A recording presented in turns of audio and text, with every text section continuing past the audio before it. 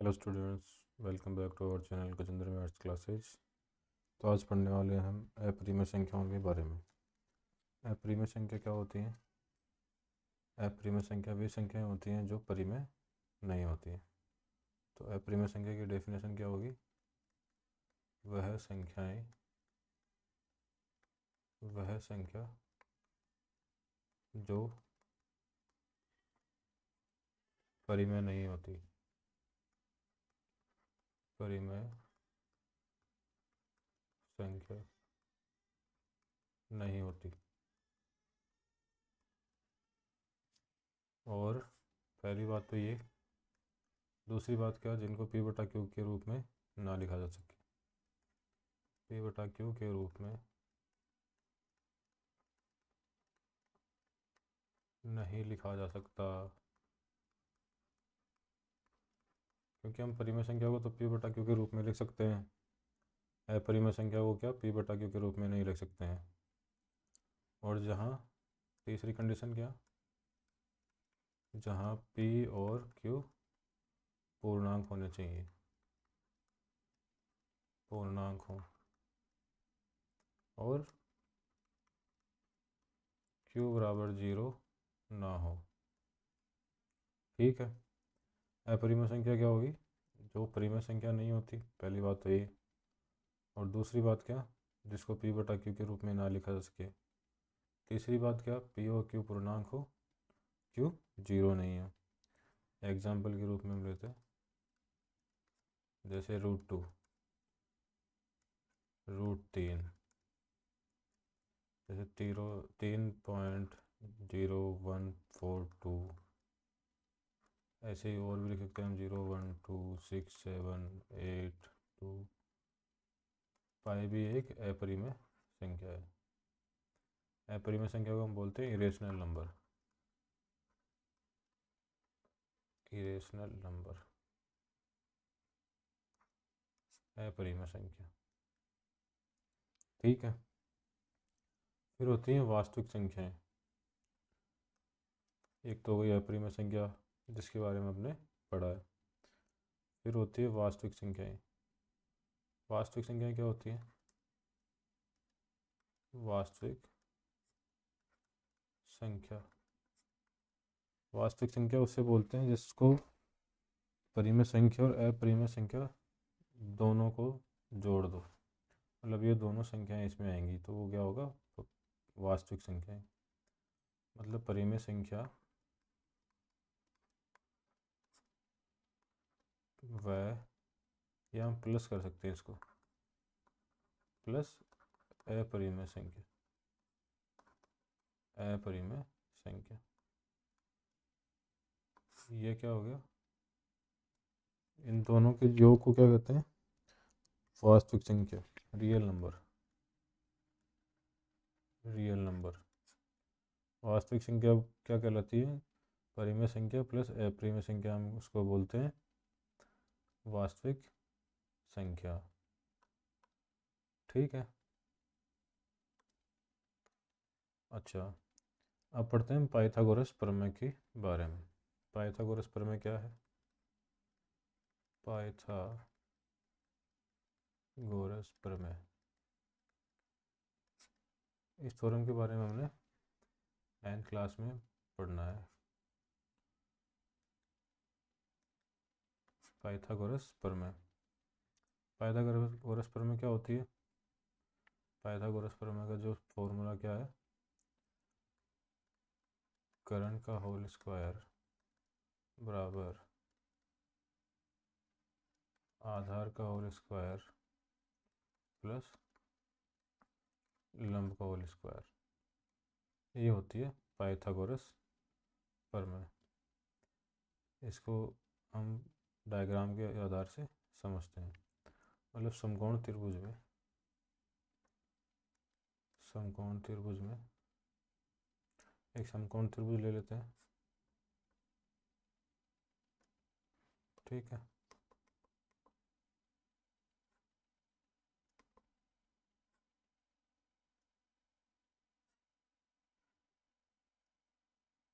ये एक 90 डिग्री समकोण त्रिभुज है। तो जो कोण के सामने वाली भुजा है उसको क्या बोलेंगे? कर्ण। इसको बोलते हैं आधार और इसको क्या बोलते हैं? लंब। तो जो फॉर्मूला है वो इसी से जनरेट हुआ है। मान लो हमको आधार 1 सेंटीमीटर दे रखा है, ठीक है, और लंब दे रखा है 1 सेंटीमीटर। तो हमें करंट निकालना, तो कैसे निकालेंगे? इसी फॉर्मूले से। तो हम क्या लिखेंगे? कर्ण स्क्वायर बराबर आधार का स्क्वायर प्लस लंब का स्क्वायर। तो कर्ण स्क्वायर बराबर क्या मिलेगा हमको? 1 + 1 = 2। कर्ण क्या मिल जाएगा हमें? कर्ण कैसे निकालेंगे? स्क्वायर हटाएंगे तो रूट इधर आ जाएगा। कर्ण क्या हुआ? √2 हमें मिल गया। इसी प्रकार हम एक क्वेश्चन करते हैं। क्वेश्चन क्या है? हमें क्या करना है? √2 को जो है संख्या रेखा पर स्थानांतरण करना है। संख्या रेखा पर स्थान निर्धारण करना है। संख्या रेखा पर निर्धारण कैसे करेंगे √2 को? सबसे पहले हम एक सीधी रेखा लेते हैं, ठीक है। ये सीधी रेखा हमने ले ली। इस पे हमें केंद्र बिंदु लेना है O। या हमने O ले लिया। फिर स्केल से हम इसको मापेंगे। 1 सेंटीमीटर दूरी पर क्या लेंगे? हम बिंदु A लेंगे। A पे एक हम लंब डालेंगे जिसका नाम देंगे B बिंदु, ठीक है। इस बिंदु का नाम B, जिसकी लंबाई कितनी होगी? 1 सेंटीमीटर। और O से O की बिंदु भी हमने कितनी लेनी है? 1 सेंटीमीटर, ठीक है। O से B को मिला देंगे। O से B को मिला देंगे, ठीक है। अब हम क्या करेंगे? हमें एक समकोण त्रिभुज मिल गया जो है OAB। तो अब क्या करेंगे? हम OB से चाप काटेंगे। O से B बिंदु पर हम एक चाप काटेंगे। तो वो चाप मतलब प्रकार की सहायता से काटेंगे। तो वो क्या करेगा? यहाँ से काटेंगे तो हम ऐसे यहाँ पे मिल जाएगा हमें। तो ये बिंदु क्या होगा? √2 होगा। हम लिख भी सकते हैं -2 इधर 1 0 यहाँ पे 1, ये बिंदु हम 2 मान लेते हैं। इस प्रकार हमें ये मिल जाएगा यहाँ पे √2। कैसे मिलेगा? 1 सेंटीमीटर ये है और 1 सेंटीमीटर ही ये है।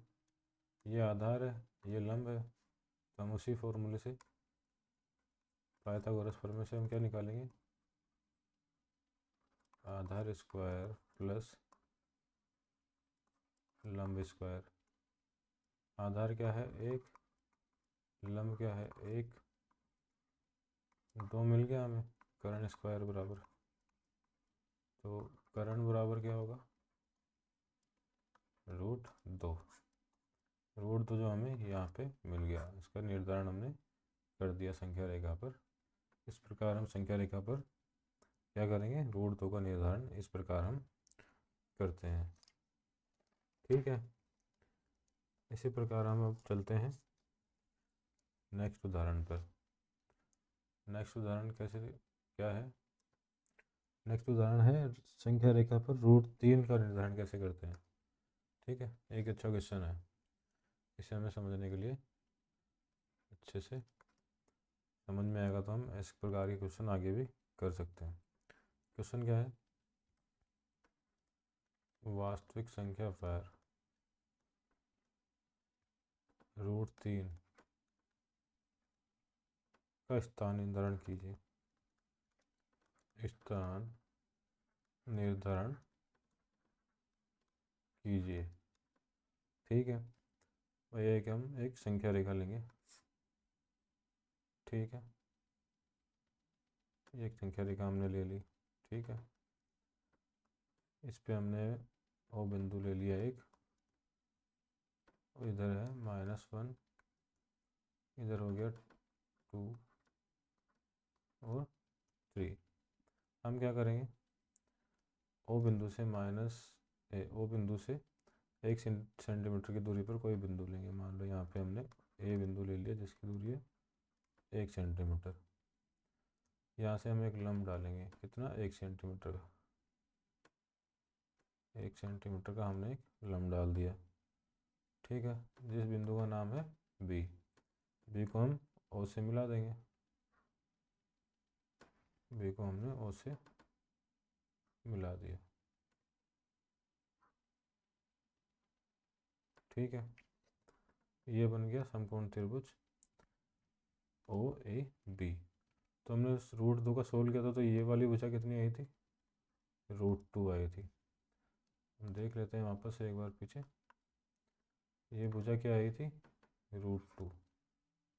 ये भुजा √2 आई थी, तो हम वहाँ डायरेक्टली लिख सकते हैं कि √2, ये भुजा √2 है। ठीक है, फिर यहाँ से हम क्या करेंगे, एक 90 डिग्री का हम लंब डालेंगे यहाँ पे। इस प्रकार हम 90 डिग्री का एक लंब डालेंगे। ठीक है, जिस बिंदु का नाम होगा सी। ठीक है, तो वो होगा 1 सेंटीमीटर का, हमने ये लंब डाल दिया। सी को मिलाएंगे ओ से। ठीक है, ये हो गया O B C. O B C एक समकोण त्रिभुज हो गया, जिसमें आधार कितना है, 1 सेंटीमीटर। आधार है 1 सेंटीमीटर, सॉरी लंब, आधार तो √2 सेंटीमीटर है और लंब क्या है, 1 सेंटीमीटर।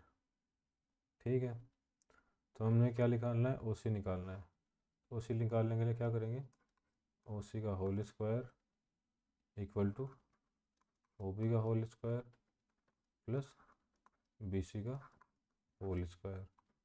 ओ बी कितना है, √2, √2 का होल स्क्वायर, बी सी कितना है, 1 का होल स्क्वायर।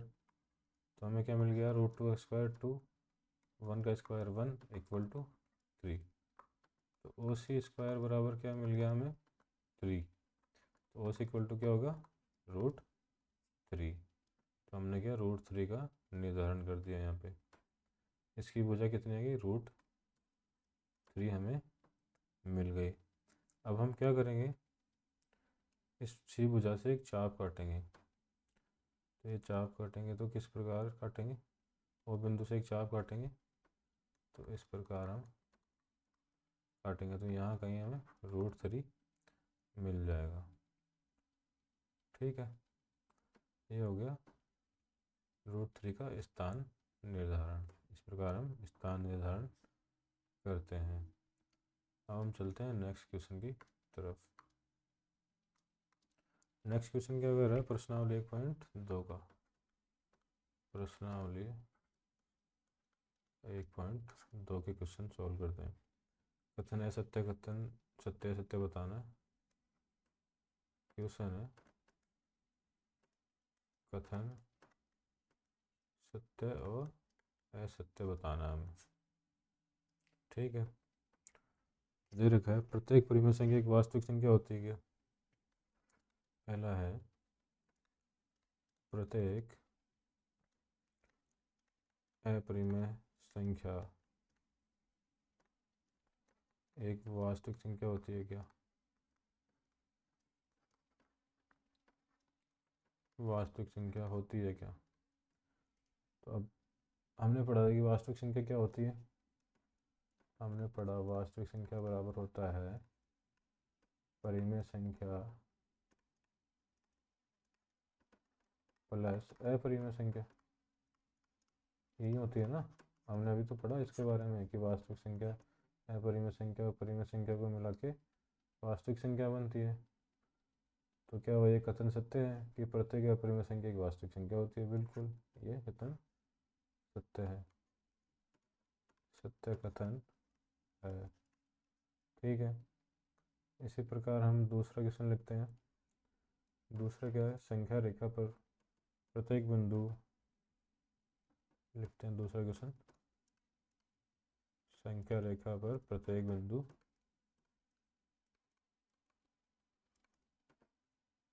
बिंदु m रूट m के रूप का है,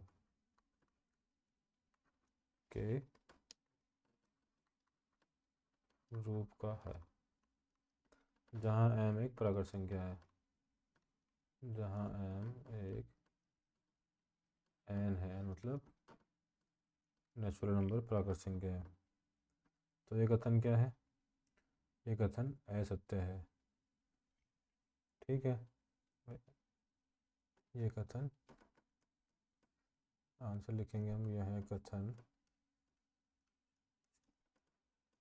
असत्य है, क्योंकि जो संख्या रेखा पर हम प्रदर्शित करेंगे वो हर संख्या प्राकृत संख्या नहीं हो सकती।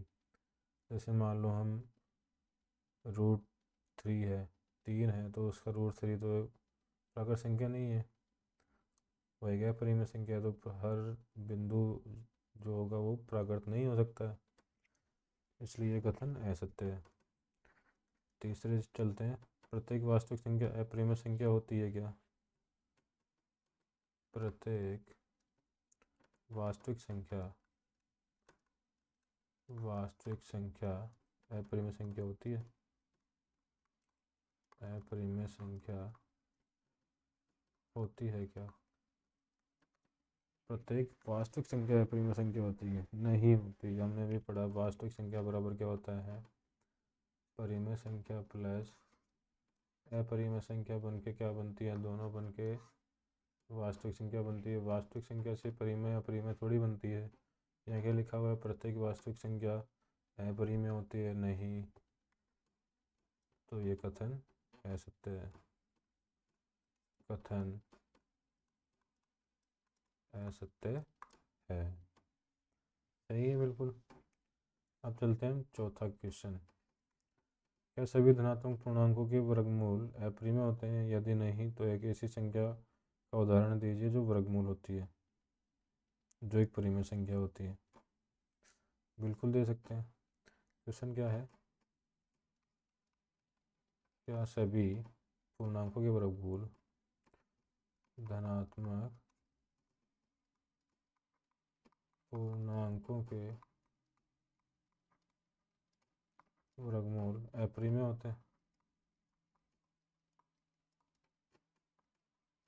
यदि नहीं तो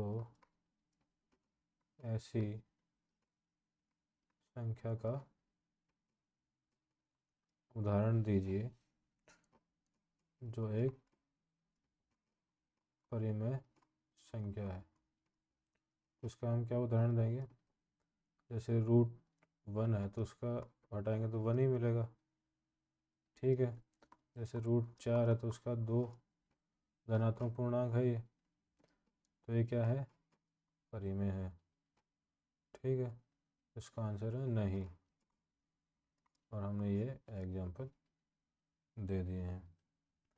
ठीक है, इसी प्रकार हम एक नेक्स्ट क्वेश्चन लेते हैं। तीसरा क्वेश्चन है जो प्रश्नावली, ये तो दूसरा क्वेश्चन था, क्वेश्चन नंबर 2। ये था क्वेश्चन नंबर 1, प्रश्नावली 1.2 का। हम चलते हैं तीसरे क्वेश्चन में। तीसरा क्वेश्चन क्या है? क्वेश्चन नंबर 3 है, √5 को संख्या रेखा पर निर्धारण कीजिए। √5 को किस प्रकार निरूपित किया जा सकता है संख्या रेखा पर? ये क्वेश्चन है, किस प्रकार निरूपित किया जा सकता है? तो हम सॉल्व करते हैं इसको। हम इसको कैसे निरूपित करेंगे? एक संख्या रेखा लेते हैं, ठीक है, जहाँ पे -1 ये कोई बिंदु है, 0 यहाँ पे 1 ले लिया हमने, यहाँ पे 2 ले लिया, यहाँ पे हमने ले लिया 3 ले लिया। ठीक है, हम ओ से कोई बिंदु लेंगे, यहाँ से 0 से कोई ये ओ बिंदु मानेंगे। यहाँ पे 2 सेंटीमीटर के लिए यहाँ पे कोई लेखा रहेंगे, तो ये 2 सेंटीमीटर यहाँ तक है। ये है ए बिंदु ले लिया हमने। ए बिंदु पे हम एक लंब डालेंगे। ठीक है, ओ को बी से मिला देंगे। ये जो कोई बी बिंदु ले लिया हमने, 1 सेंटीमीटर का लंब डाला, ओ से बी को मिलाएंगे। ठीक है, ये समकोण त्रिभुज बन गया। ठीक है, इस बिंदु का नाम बी ले लिया हमने। ओके, इसकी जो आधार की लंबाई है वो है 2 सेंटीमीटर, लंब की लंबाई है 1 सेंटीमीटर। तो हमने क्या पढ़ा, कर्ण स्क्वायर बराबर क्या होता है, आधार स्क्वायर प्लस लंब स्क्वायर। लंब स्क्वायर आधार कितना है, 1 का स्क्वायर और 2 का स्क्वायर, और लंब कितना है 1 का स्क्वायर। तो क्या मिल जाएगा हमें, 4 + 1 बराबर 5। तो कर्ण क्या मिल जाएगा हमें √5 मिल जाएगा। तो इसकी ओबी की लंबाई कितनी होगी, √5 सेंटीमीटर। और से हम एक बी पे होते हुए एक चाप काटेंगे।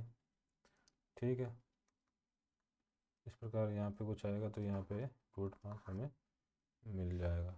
तो हमने √5 का निर्धारण कर दिया। तो आज की क्लास में हमने क्या पढ़ा, अपरिमेय संख्या के बारे में, पाइथागोरस प्रमेय के बारे में। ठीक है, इस प्रकार हम √5 का हम ऐसे संख्या रेखा पर हम निर्धारण कर सकते हैं। आज की क्लास में इतना ही, मिलते हैं नेक्स्ट क्लास में। Thank you so much, good night.